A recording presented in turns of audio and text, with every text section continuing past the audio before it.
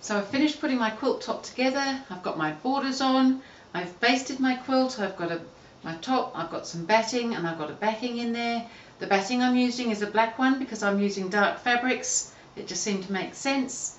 It's a cotton poly 80/20, but of course any batting that you prefer is what you should use. And I've used a very delicious solar panel fabric on the back. This is the same one that I've used as the background of the star blocks.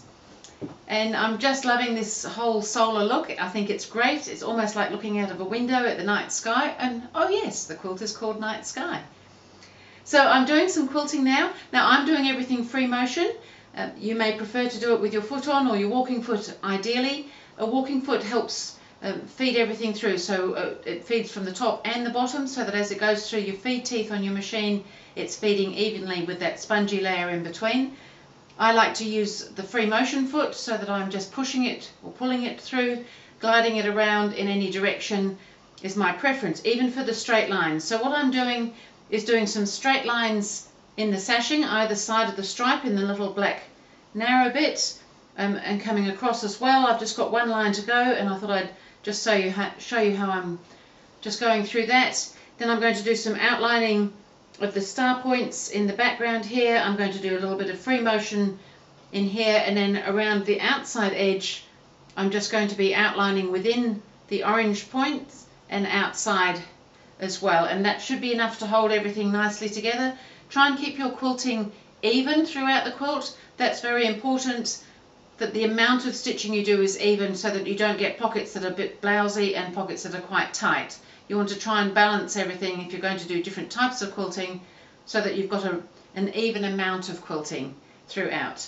So I'm going to sit at the machine now and just do some free motion, a straight line across here, and then I'll go into the star block so that you can see how I do that, and then I'll show you how I'm going to quilt one of these blocks with the free motion as well, and then we'll go and do a little bit of the border, and then we'll be done, and then just the binding.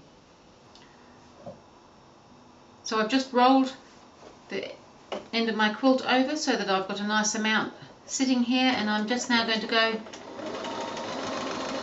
just taking it slowly, but free motion sewing along this line here.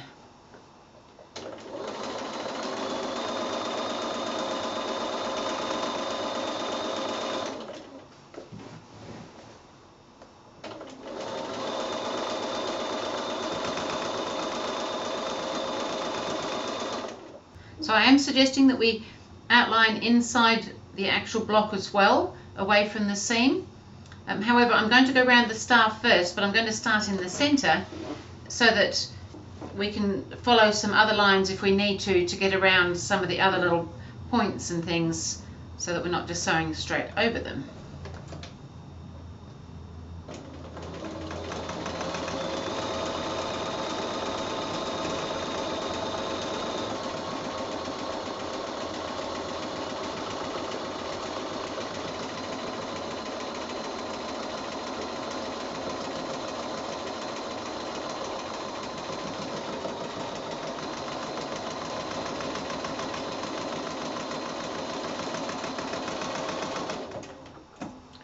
Take the pins out as we go, don't need them once we've sewn that area.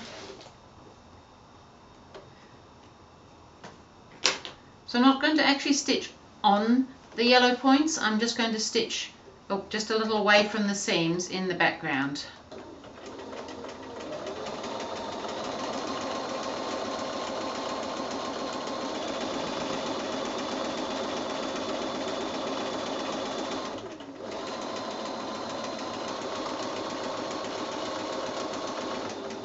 Just in the ditch, just along that little end bit there, rather than going over into the sashing. Of course, if you prefer to go over, that's up to you.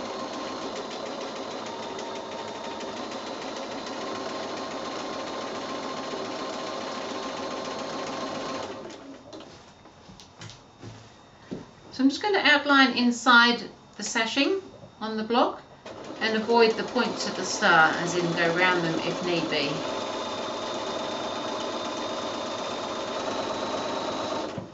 Like here, I'm just going to go up to that stitching that I've just done, go along and come back again and continue outlining the actual block. This just helps give everything a nice definition.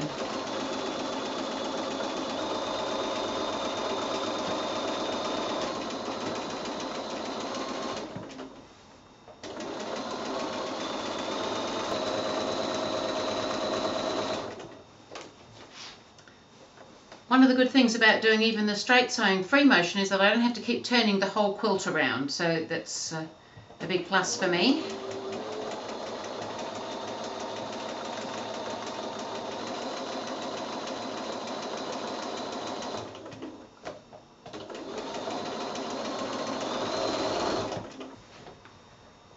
So I'm just outlining the inside, just probably about 1/4 inch away from the seam line. One of these big blocks here that is just fabric, not pieced, and I'm just going to do some free motion quilting. So I'm just going to outline it and then go straight into the free motion, so you don't have to stop and start. So here I am back to where I started. Now I'm just going to do some meandering, fairly large meandering, with occasional little stars stitched in as I go. I thought that might be kind of fun on this sort of fabric.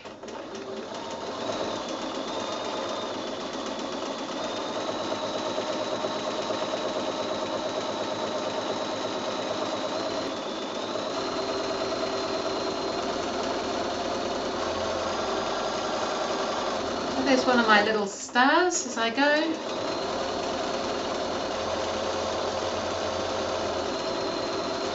Just randomly placed.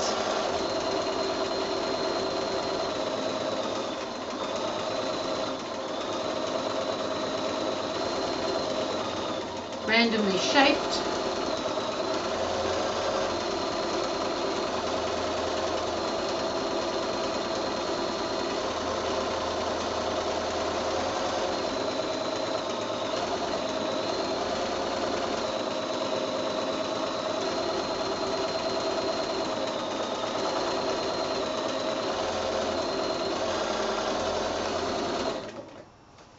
So I'm using a variegated thread. I think that's kind of adding to that little sort of coming and going sort of movement of the quilting.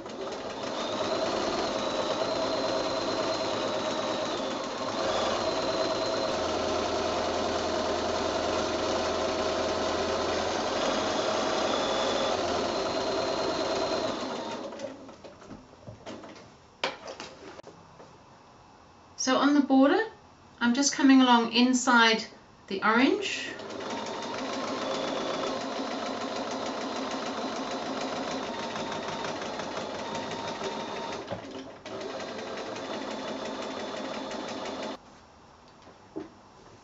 So now I'm coming round in the background of the border, just away from the orange.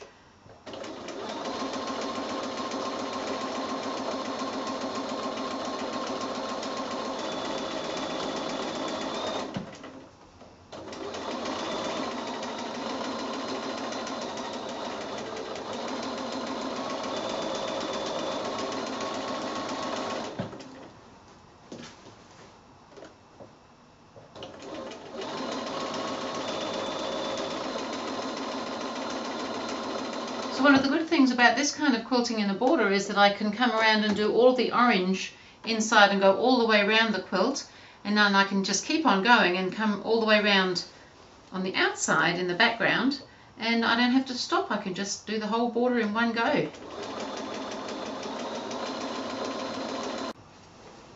So I've finished all the quilting, and I've started trimming my sides, and I've just got one more to trim, which I'll just do in front of you there on the video. And now I'm ready to put my binding on. So exciting. Another thought would be to consider putting a label on your quilt. You should label your quilts so that people know who've made them, sometimes who it's for, if your quilt's got a name, a reason, or just because. I like to put the selvages on of any particular fabrics if I have them. I don't always have them. So I've got those on the back there all ready to go, and then it gets included the way I've done it in the binding. And so that's it. So I'm just going to trim that last side and then get started on that binding.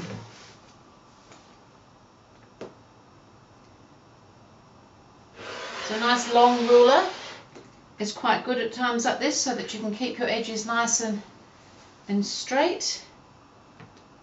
Keep an eye on your fabrics, make sure everything is lining up nicely. Sometimes you've got to just trim some little wonky bits off, but it shouldn't be too much, and it should just allow you to have a nice straight edge ready to throw that binding on. So I've joined all my binding strips into one long continuous strip. I've joined them so that they're on the diagonal, because then you can get that nice flattened out seam as we're going round, and we don't want any bumps in the way. There's enough things that go bump, don't need the binding to go bump. I've folded over the beginning of my binding. You could trim it off, or you could just leave the whole corner on there, and I'm just starting to sew. Now I've got the walking foot on. The walking foot helps everything feed nicely, and I'm just going to sew along here till I get to pretty much the end of that folded over piece there, and I'm just going to finish off, and I'm just going to skip along then, but I need to now bring my fold over. So I don't fold my binding before I start. I like to do it as I'm sewing it on.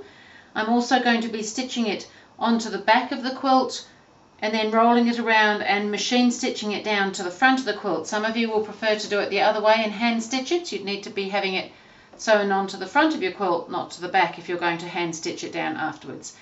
So I'm going to, now that I've secured my point, and now I just need to leave a gap, maybe about 3 inches from where I stop sewing to where I start sewing, this time on the doubled edge.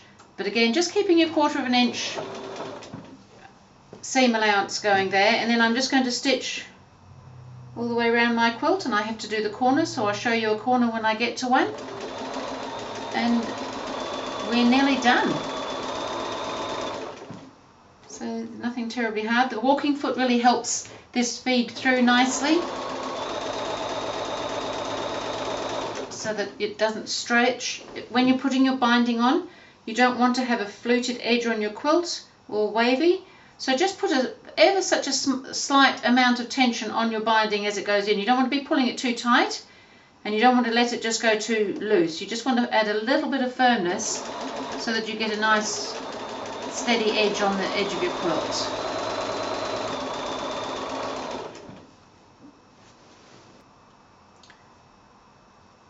So I'm coming up to a corner now.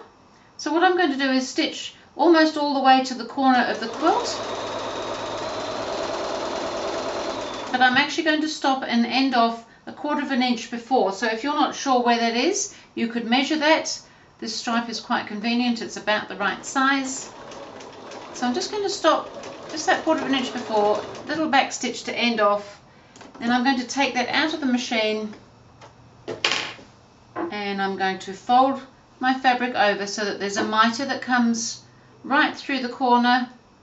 It should be sitting straight at 45 degrees, so that fold goes right through the corner of the quilt there, and then I'm going to flip that back again so that the fold now is straight with the edge of the quilt, and in here we've got that 45-degree fold there. And then I'm going to turn my quilt around, and I'm going to come in and just start sewing right from the end and continue all the way, and then do the same thing at the next corner and at each corner that I come to, until I come back to the beginning of the quilt.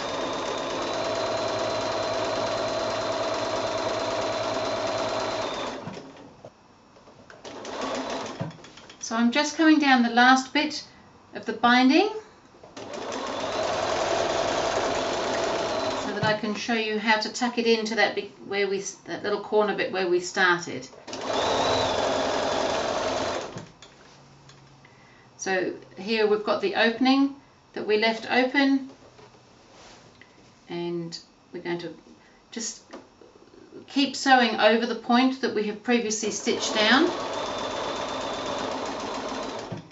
And then when we're well into that, we can trim off the excess binding. So trim it off sort of within 1/2 inch of where we started the stitching.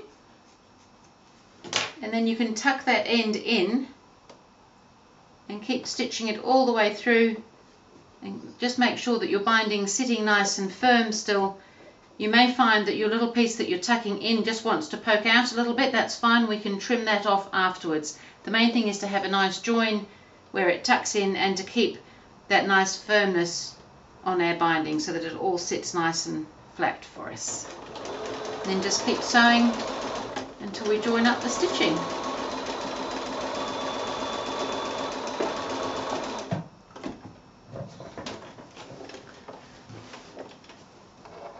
So you can see we've got a nice little tucked in piece there. Now you could hand stitch that closed if you wanted to. I probably won't, because by the time I've flipped that over and stitched that down, I'll find that that'll hold sufficiently. But I know that some people like to hand stitch, and there's an opportunity for you. So now I'm just going to turn that quilt over, and we can pretty much start stitching straight away. Because there's a little bit just poking out here from where we joined that binding, I'm actually just going to trim that little bit off. We don't want any little bits making unnecessary bulk. And then I'm just going to start stitching my binding. So I'm going to roll it to the front and bring it down and just start stitching. And we'll find that that's going to put our binding on nice and quickly, nice and firmly. So I'm quite close to the folded edge of the binding. You will find that this is most likely sitting just inside the binding, so you will see a line of stitching on the backing. For me, I don't mind that. It's not noticeable unless you go looking for it. So I'm quite happy with that sitting that way. I'm not trying to match the stitching or anything like that. I've just got that little row of stitching just inside the binding on the back. So I'm just going to go up to the corner so that you can see how those tricky little folded corners work into a nice little mitre for us.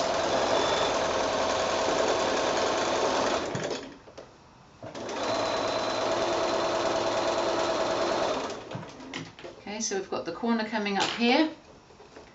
So what we want to do now is keep stitching up fairly close, but leave yourself a little bit of room to move, and let the fold that we've got come straight forward so that it's forming a little bit at the end there, and then you can fold that end over, and that will form a nice mitre. Now if you're not sure about just holding it, you could pop a pin in just there just to hold that mitre till you get to it. And when you get to it, have your needle come so that it stitches onto that folded over corner, so that when you lift your foot, it is actually holding that corner down. And pivot. So leave the needle down, pivot, and then I just like to do just a little back stitch over that little corner for no particularly good reason. And then I keep stitching on until I get to the next corner and do the same tricky manoeuvre.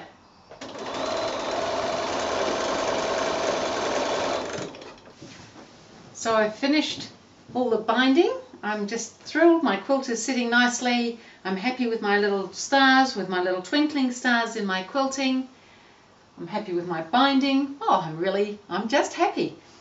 So that's a nice quilt to make. The binding's sitting nicely. The backing's looking fantastic. These fabrics have been very nice to work with by Nutex, with the solar planets and stars and things, and I just have very much enjoyed making that, and I hope you enjoy making yours as well. So thank you.